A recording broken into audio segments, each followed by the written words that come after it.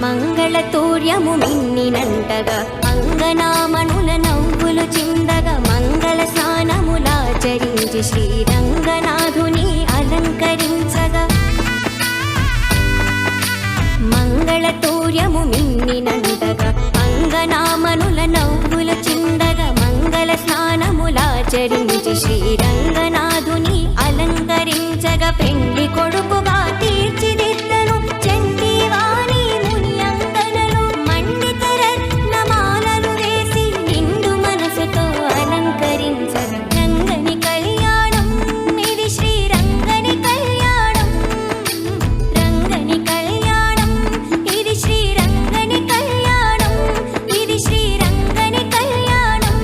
ఇది శ్రీరంగని కళ్యాణం.